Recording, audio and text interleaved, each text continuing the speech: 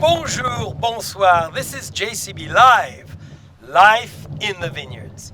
I'm with our wonderful Sophie Drucker, who is the director of all the estate's vineyard management. This is a very exciting day, as it's often the case in Napa Valley, because we are giving birth again to land and the connection of land, earth, and sky. We are at the Bartolucci estate, an incredible estate which was bought by the Bartoluccis in the early 1920s, one of the iconic locations in the heart of Santa Elena. This estate is directly linked with Raymond Vineyards. We started conversion to organic and biodynamic farming. And Sophie today will tell us about the critical stage of pulling out the vineyards and replanting, because unfortunately, vineyard, like human beings, have a life cycle. And after 35 to 40 years, we want to not only replant, but upgrade as well the entire vegetal material and the entire philosophy and techniques of the estate.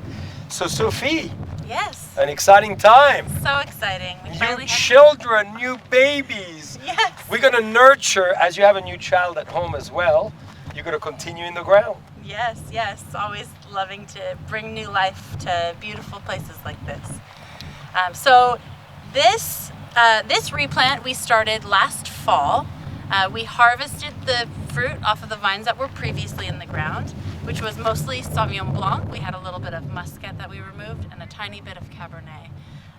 Those vines, most of which were planted in the late 80s, were full of disease and just had been, had grown tired, let's say.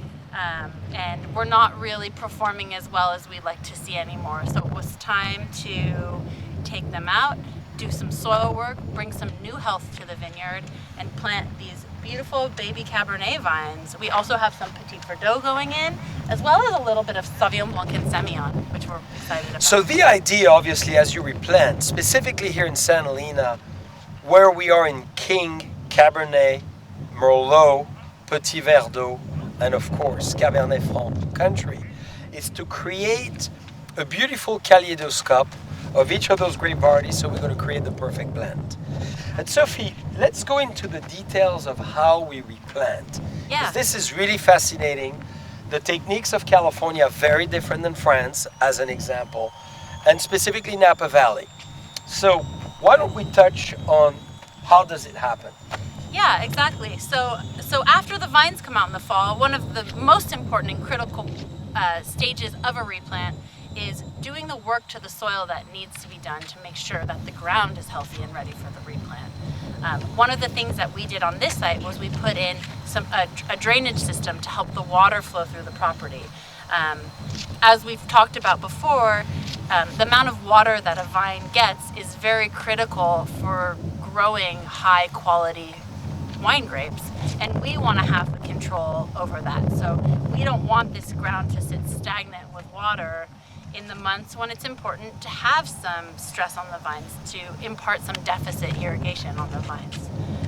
So we did quite an extensive underground infrastructure of drainage. We planted some cover crops to bring some life and health to the soil. We had what we mean by life is basically having organism in the soil that needs to be present in order to create, the energy, the vibrancy, and to really create the vitality of the future of that soil. Because the soil is like a human being, it has a cycle. And as much as we like it fertile, we like it rich, as much as we like it very healthy, we like it as well to stress the vines to go deeper. Right. And we discussed that before. Very important to understand that the roots gets its nurturing from the soil, but gets as well its flavor profile, its fabulous taste profile will come from what we don't see.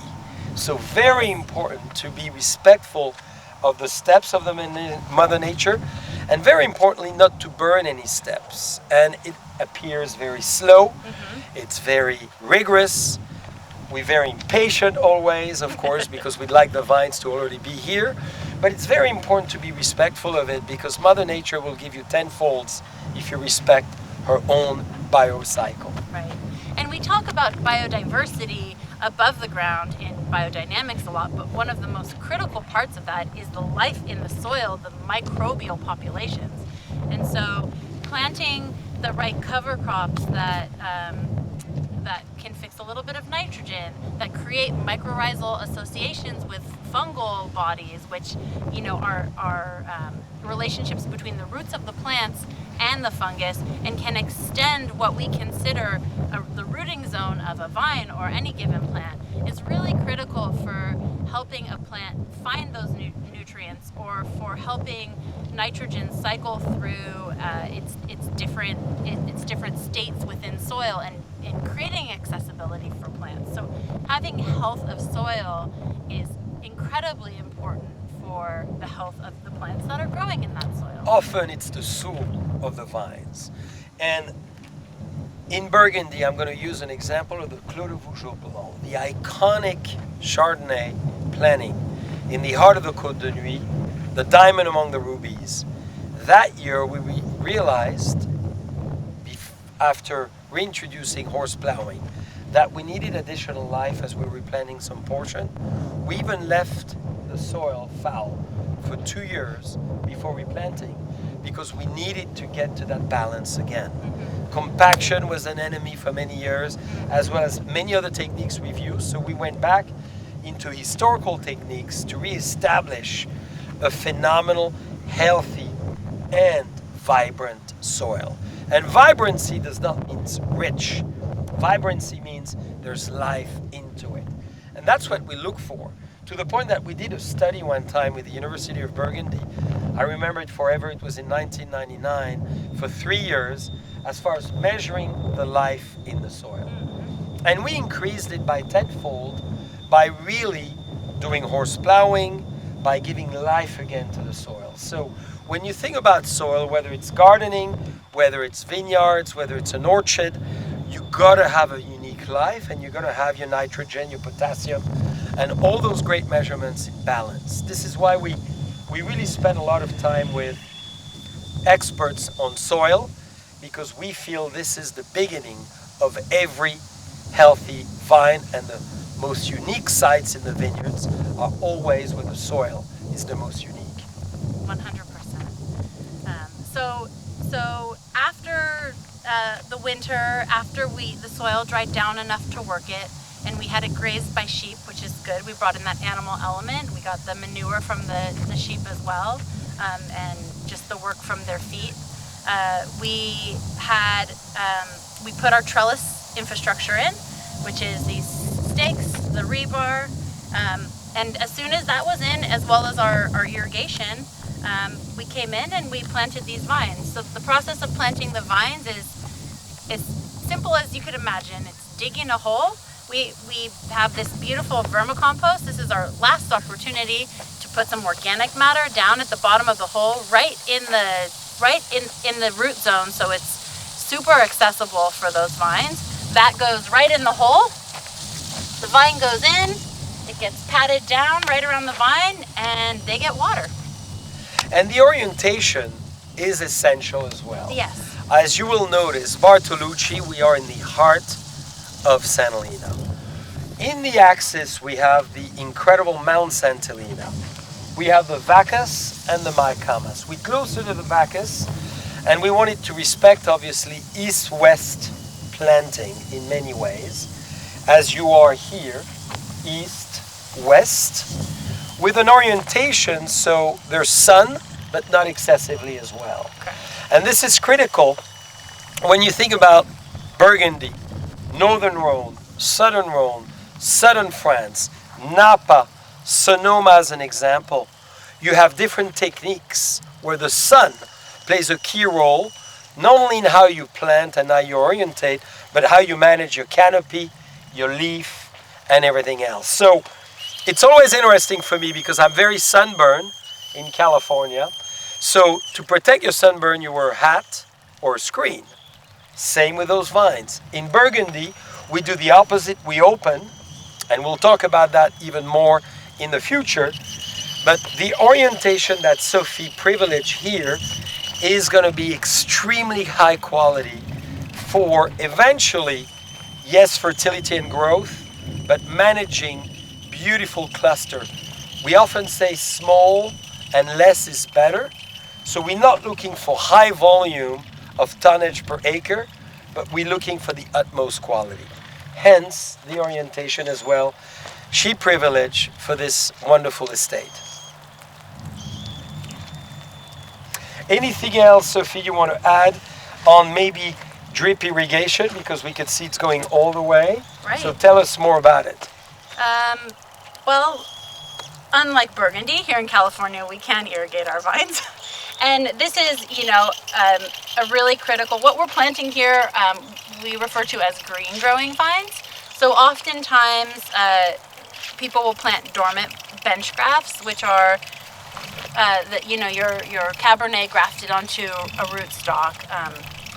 We're going to talk about rootstocks later, but there's quite a variety of rootstocks that are beneficial depending on your soil, your pest pressures, a wide variety of considerations.